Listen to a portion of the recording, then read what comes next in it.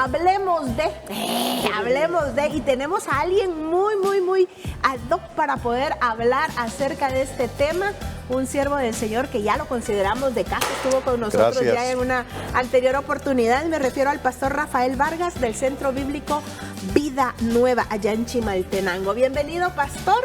Y queremos hablar, ya que ustedes estaban haciendo la dinámica ahí, que los vi haciendo pues ese acróstico, ¿qué tal si hablamos del maestro de maestros, del mejor maestro de Jesucristo?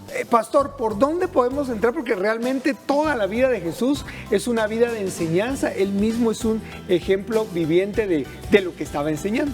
Sí, yo creo que antes de empezar por hablar de Jesús, un momento quisiera contarles que yo tuve un maestro al cual le decíamos el doctor anestesia. Yo tuve cloroformo. Entonces usted tuvo cloroformo, yo tuve anestesia, estamos hechos. Yo por respeto jamás me dormí en una clase, creo yo, pero teníamos al doctor cloroformo, doctor anestesia, y la verdad es que desde muy temprano yo aprendí que uno puede aprender de los buenos maestros y de los malos maestros.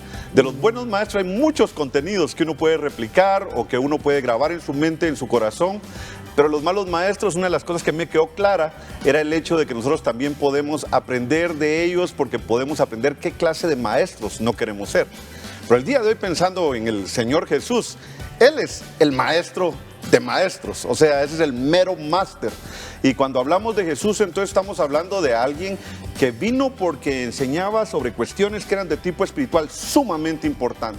Su mensaje era trascendente y era un mensaje trascendente porque no tenía que ver solo con las cosas de esta vida, sino que tenía que ver con el más allá también. Entonces me enseñaba para el ahora, ese ejercicio espiritual, pero también me enseña para el más allá. Me enseña que hay una vida que trasciende esta vida, que es una vida increíble, maravillosa. Entonces, cuando pensamos en Jesús como el maestro, vemos a un maestro que utilizó todo lo que tenía a su alcance.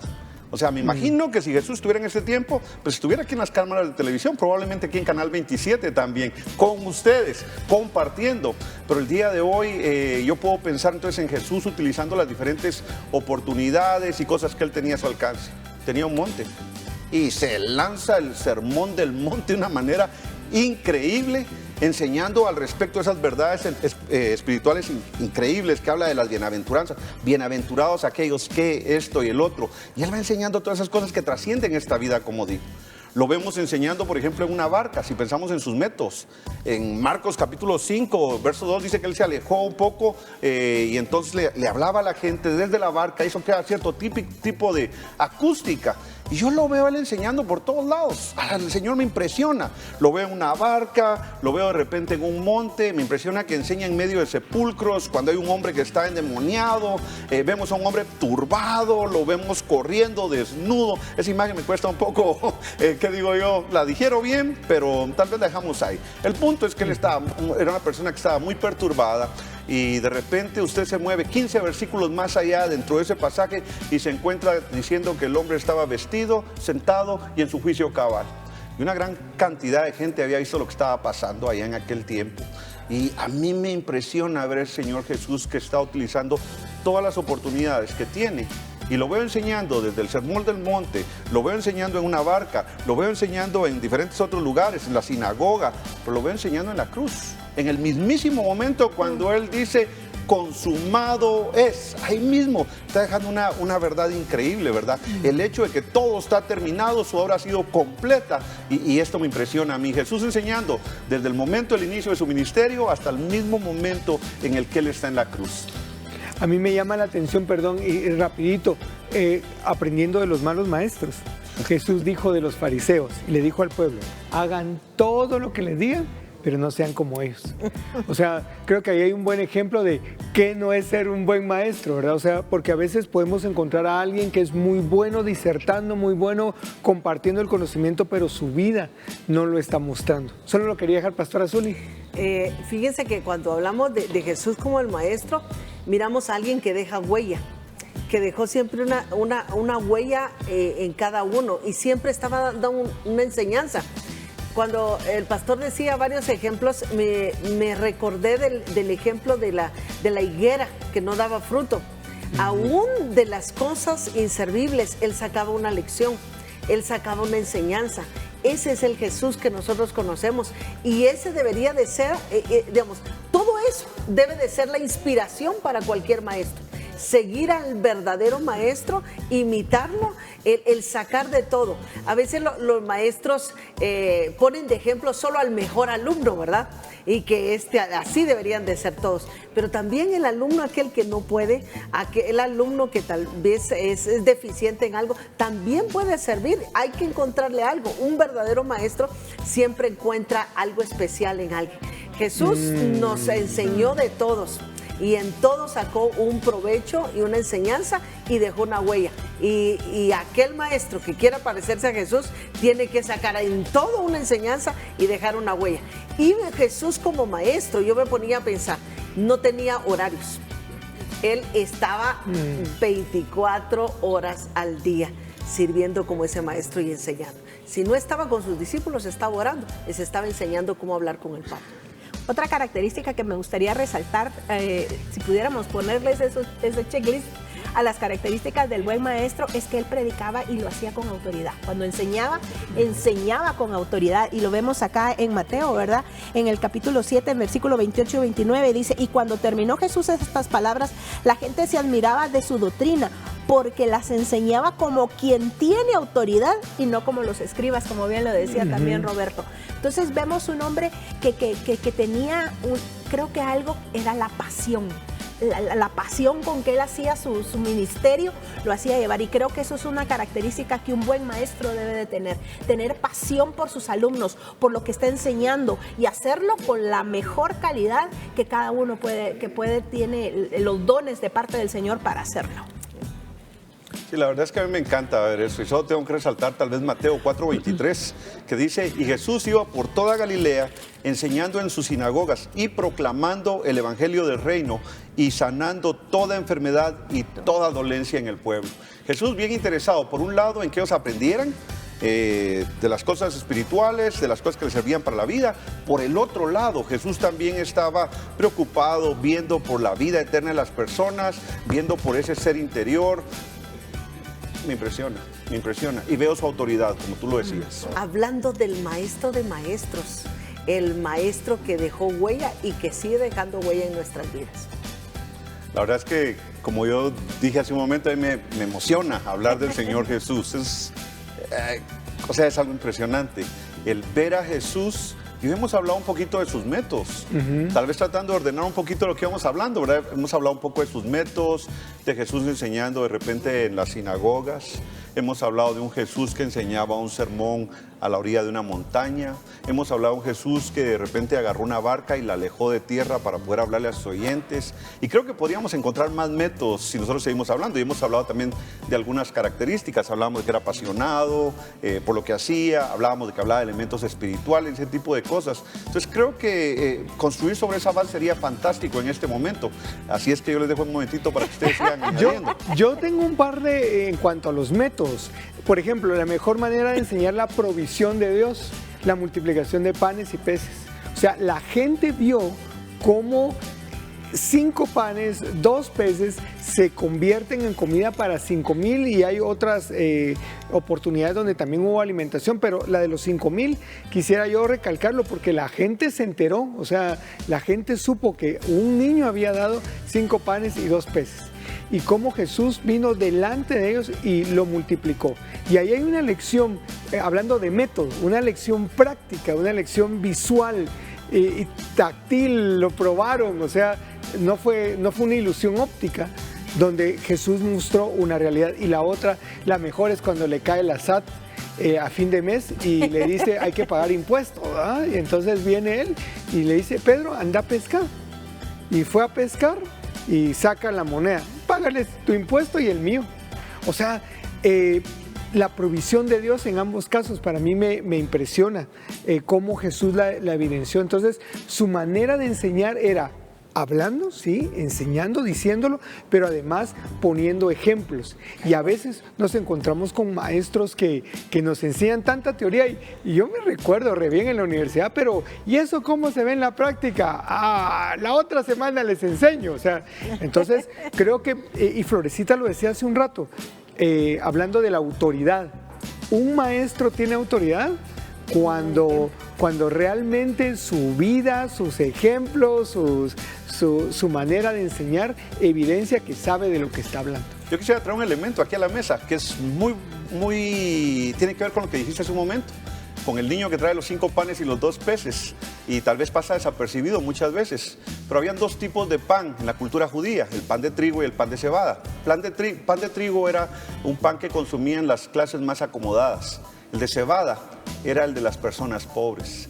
Y ese pan que estaban llevando en ese momento, ese niño que tiene esas cosas, es el pan de cebada, que nos deja ver también cómo el Señor puede proveer desde la perspectiva de la gente que aparentemente no tiene. Pero yo veo que cuando alguien da todo lo que tiene, aun cuando sea poco, Dios puede hacer mucho con eso. Solo quería traer ese elemento. Wow. Y retomando una palabra que también quería traer acá, otra característica, él enseñaba con el ejemplo. Y cuando traté de ubicar el mejor ejemplo para esto, es cuando él viene y se pone esa toalla en su cintura y le enseña con el ejemplo la humildad. El hecho de lavarle los pies, porque él les decía, ahora les va a tocar a ustedes hacerlo, pero lo voy a hacer yo primero. Les voy a mostrar a ustedes cómo se hace. Y muestra con esa humildad del Señor. Eso a mí me impacta mucho, la humildad y el ejemplo con el que el Señor enseñaba. Esto es realmente maravilloso ver, porque nosotros muchas veces queremos que la gente haga las cosas, pero no lo hacemos. Y creo que un buen líder se caracteriza por eso, por mostrar el camino y llevar al grupo en el camino. No decirles, vayan por ahí y señalarlo, no. Él va con el grupo en el camino. Un buen líder lo hace. Y Jesucristo, ¿qué mejor? Maestro y líder de excelencia. Maestro y líder enseña con la práctica, pero arrasa con el ejemplo, arrasa con lo que hace. Yo siempre he dicho, el que no sirve, no sirve. Y el maestro tiene que servir. Hagan esto porque yo ya lo hice.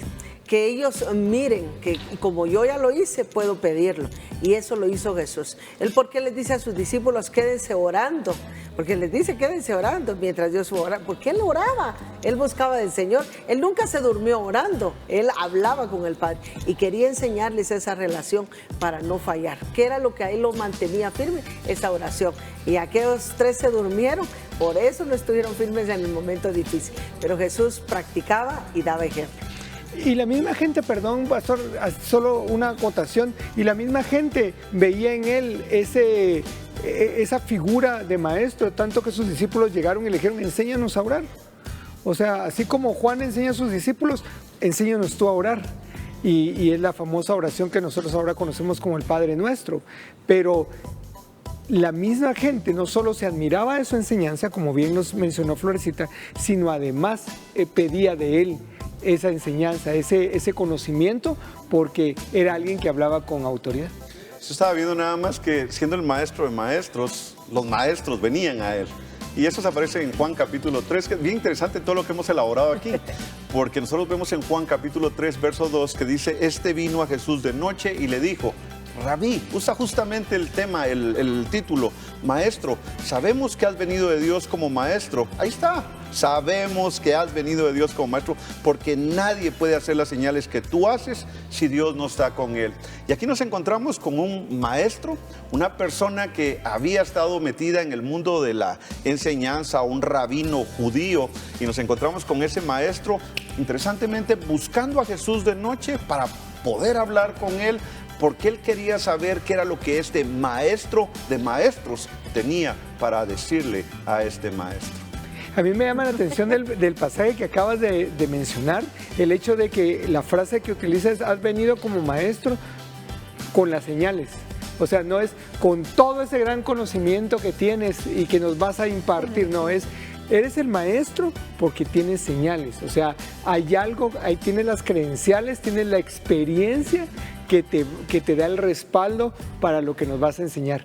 Y yo quisiera retomar, y con esto cerrar este bloque, algo que decía Pastor Azuli. Jesús vio algo en sus discípulos.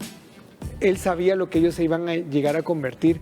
Y muchas veces en los colegios, en las universidades, menospreciamos a algunos alumnos porque son inquietos, porque son molestones, porque son realmente Calladitos. o calladitos, ¿verdad? Sí, también los calladitos, los dos extremos, ¿verdad? Entonces al calladito le decimos, mire, usted no va a lograr nada en la vida, y al otro, usted se lo van a llevar preso por molestón.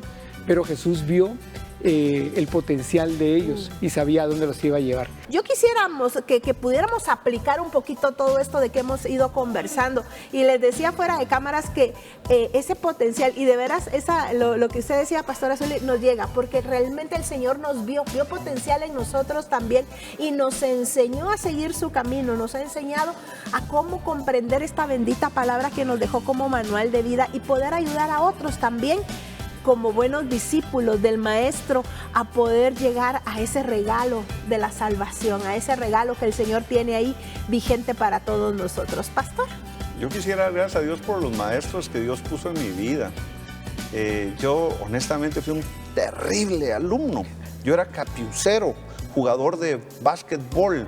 En eso me mantenía, me iba de capiuza, salía del colegio o de la escuela y no estudiaba. Yo soy de los que dejó en primero básico, que es 7 clases. Solo gané recreo y refacción.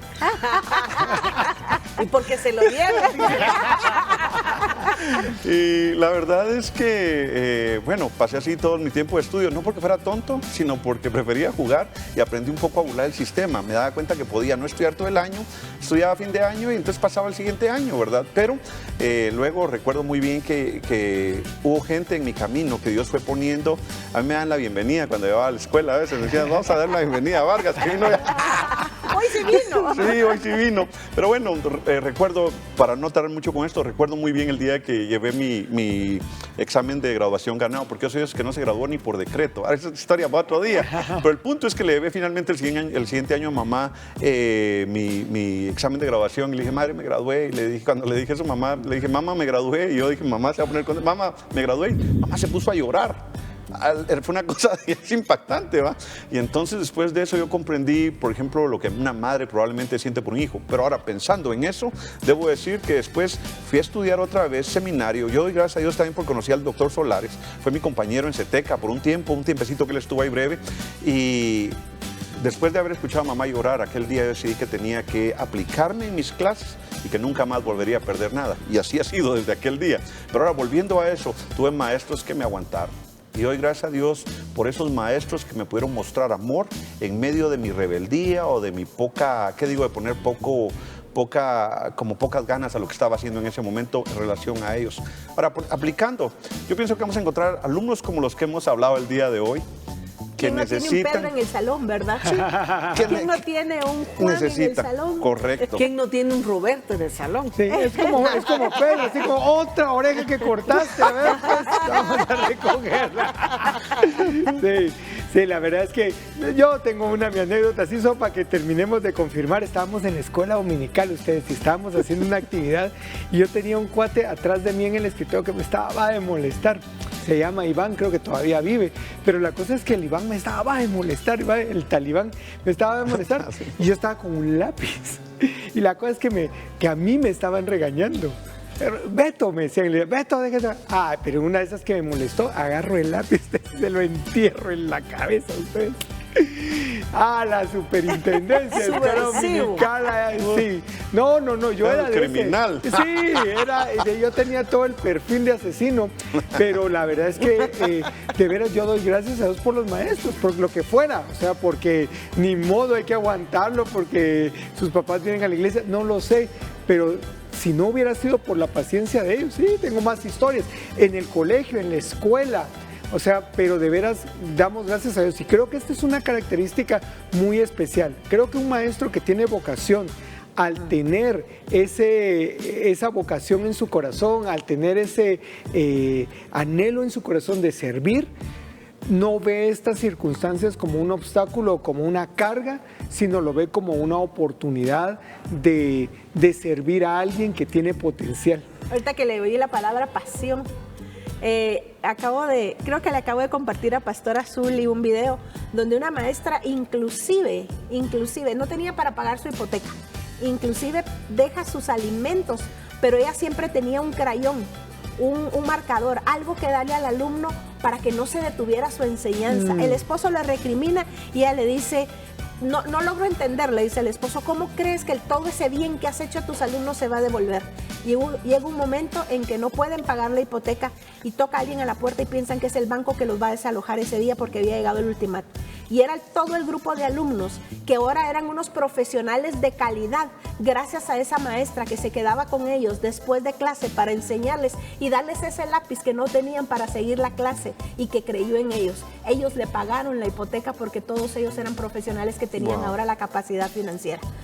Eso me lleva a decir que aunque nosotros no, tal vez en los ojos terrenales no veamos a alguien con potencial, los veamos con los mismos ojos que el Señor nos dio a nosotros, para regalarnos ese regalo de la vida eterna, para enseñarnos todas estas enseñanzas que nos ha dejado. Veamos con los ojos que Dios miró a los discípulos. ¿Quién podía decir que el gran varón de Pedro, ese gran discípulo, era aquel pescador rebelde que no quería saber nada de él? Aquel Pablo que perseguí, que se volvió uno de los grandes escritores y grandes hombres que dejó tantas enseñanzas a través del Espíritu Santo. Hay que poner los ojos del Señor en cada alumno que el Señor nos permite tener en esta vida. Y no solo de clase, de la vida misma. ¿Cuánta influencia ejercen los maestros en los alumnos? El maestro decide si influir para bien o para mal. Tal vez no sea la carrera mejor pagada por seres humanos o económicamente, pero lo que se tiene en el corazón, creo yo que esa satisfacción con que se contribuyó para rescatar a un joven, un niño, para ayudarle, para enseñarle que podía, para enseñarle que cuando nadie creía en ellos, había un maestro que le decía, tú sí puedes. Y creo yo que es de felicitar a cada uno de esos maestros que han dado la mía extra, que han servido, que han sido especiales, que en realidad tal vez no tuvieron un buen maestro, pero cuando llegaron a conocer a Cristo Jesús, leyeron en las Escrituras que había el maestro de maestros y un día dijeron, queremos ser como él, aunque haya un Judas dentro de todos los alumnos, aunque haya alguien que los ponga en mal con los padres de familia, con alguien, pero ese maestro siguió adelante. Ayer uno de los pastores de la iglesia nos predicó y él hablaba del ministerio que nosotros necesitamos realizar y creo que tiene mucho que ver justamente con estas características de Jesús. Él nos hablaba de amor, integridad y sacrificio. Creo que esos tres elementos deben estar ahí y claro, con gusto oramos por los maestros. Querido Dios, gracias por el día de hoy, gracias por la oportunidad de estar aquí, Señor, en este canal, gracias por las personas que nos están escuchando el día de hoy, gracias por los maestros que el día de hoy están descansando, Señor, que tienen esta semana, Señor, para recuperar fuerzas, para seguir adelante, Señor, y pedimos, Dios, que tú los bendigas abundantemente. Oramos, Señor, para que los prosperes, no solo económicamente, sino en todas las formas posibles, Dios, y te agradecemos por sus vidas. Bendice a sus familias, Señor, y bendice a todos aquellos jóvenes que están bajo su influencia. En el precioso nombre de Cristo Jesús oramos. Amén. Amén. Amén. Amén. Bueno, gracias, pastor, gracias por habernos Privilegio. acompañado. Qué lindo el poder haber desarrollado este tema.